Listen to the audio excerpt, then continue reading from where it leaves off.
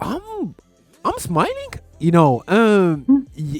and I'll be actually, I would love to like, have a conversation, like a bit about your viewpoint about things, because like it's like, we've had conversation in the past. And I'm like, who do I pick? I don't know. Is anyone out there? And and last week's event was like, hold on a second, like, is this for real? Like, there's some talented people, like there was Shem, who, how on earth she did that on her first performance, I don't know. Yeah. And then Tiana, like we were like gobsmacked, man. Like I was like, like, because it's funny because she started like all of like, like she was, nerves were flowing through, when someone's shaking, yeah, you can just see it, like she was nervous, man. Just proper nervous, man. And I'm like, yo, this girl's nervous. I'm not saying we wouldn't do well, but I was like, this girl is proper nervous. And when you're nervous, you kind of make a lot of mistakes, you forget your words. She just tore it up like it was no, like it was nothing. I'm like, hold on, she's nervous. Yeah. And she did that. Like, she's brilliant. I think for Tiana, because she hasn't performed live for a while, or well, I say she's just getting back into performing live. So that's probably where her nerves were coming from. But once she gets into it, she's just like, bam, And I think as well, the subject matter of the night really enhanced the performances. So every single one of the performers, they were kind of going deep, weren't they? Like really kind of talking about stuff that, that you go through in life. Yeah. So I suppose, nerves-wise, they've got the performance to think about, and then they're also like, well, I'm about to share something really personal, and kind of which reflects where I am in my journey or where I have been. And sometimes you're not sure what the reception to that's going to be. But so I think each of them probably had nerves in their own way. But Tiana, she was just, I think what struck me was the quality and the standard of the music and the performances. Yeah. They were very high, like, especially, so Shem doing her spoken word. I have to stop you with Shem, yeah? Right. Yeah. First time artists, do not send me backing tracks. I'll tell you that for free. And when I press play on that backing track, I was like, hold on a second. Is this thing serious? Is it your first performance? Are you giving me a backing track at this standard? Like, is this for real? So I'm like, okay, cool. And it's usually rappers will give you an instrumental, or throw you an instrumental from and the first performance at the teeth of something offline, and just drop some bars on, which is like definitely from YouTube. And she just hit me some 8-minute long, like so, right, you got 10 minutes, and she hit me some 8-minute plus thing, and I'm like, hold on, this person's coming to do something. You know what I mean? And she did it, man. Yeah. She was really good. She was really good. And that was her first, like I said, her first performance. And, because I actually spoke to her, I was like, do you do spoken word? She was like, because she's a singer. So I think mixing of the two, like, that was something new for her. But she did really, really well. Really enjoyed it. I liked her, I'll keep going to try and sing it, but it's not going to work. The Unchanged poem that she did, which was really, really good. So she's going to be doing more stuff as time goes on. So hopefully we'll see her again at some point. Oh, yeah, most definitely. Yeah. No, definitely. I think she like it was just inspiring. And I had an interview last week with my friend Marcus concerning it. He himself, like, we're both big man, you know what I mean, and we're like this. God, I'm tired, man. Like, God, like, this thing just seems like an everlasting cycle.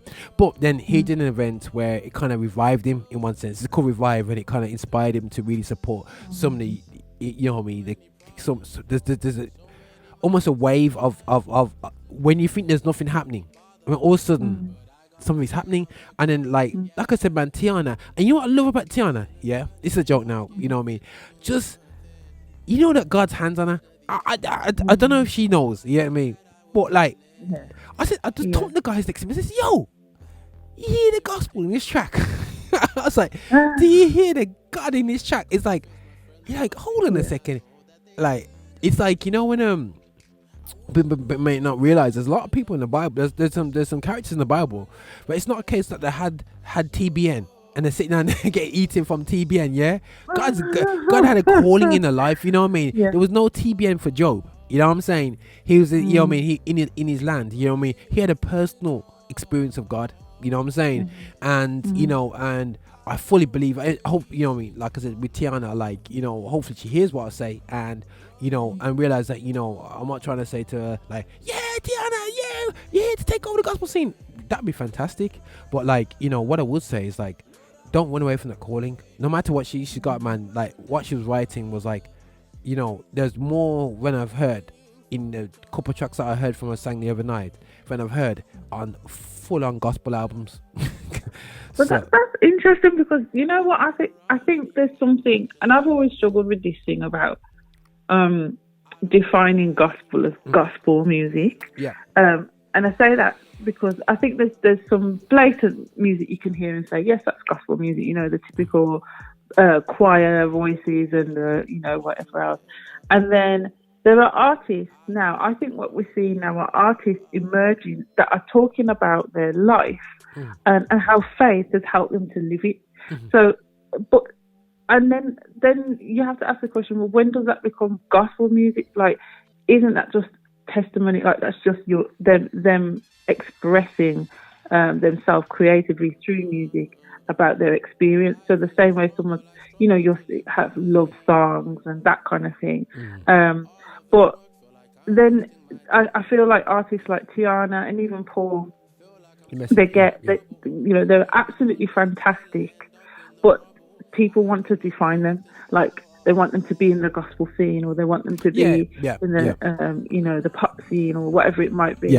But actually, they're creative, and they can be anywhere. They fit anywhere because they're just talking about life. The gospel is not separate from life.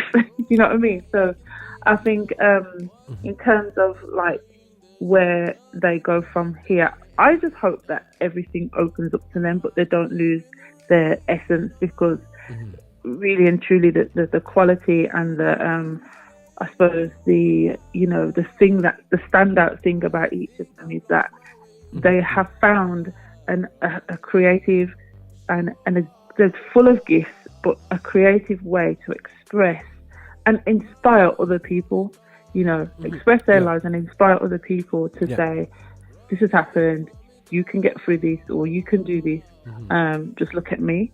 And you know, I just think it's really inspiring, really, really inspiring.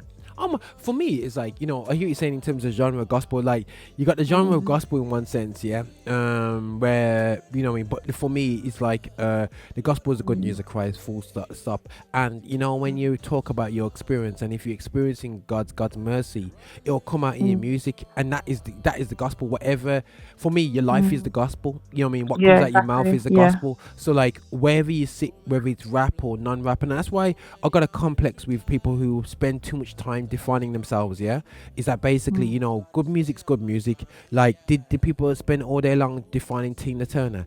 Does anyone try to define Sam Smith? He's more gospel sound than anybody else, you know what I mean? But nobody puts him in the gospel scene, so we almost want to put things in the scene to put people into different ceilings, if you know what I mean. And I think that it's not about running away from calling. For me, it's a case of, like, you know, you can hear, when you hear, it's a witness for God, just hearing God in people's life, and like it was just a blessing, you know. Not, you know, obviously I met Tiana about 3-4 years ago, and just seeing, you know, her the other day, just so proud, and you know what I mean. And I actually didn't, you know what I mean, just God carrying her. I'll just see it in her life, you know what I mean. I can't, you know what I mean. As for everybody else, they might see something different, but as for me, I just see it, man, and I praise God for it. And then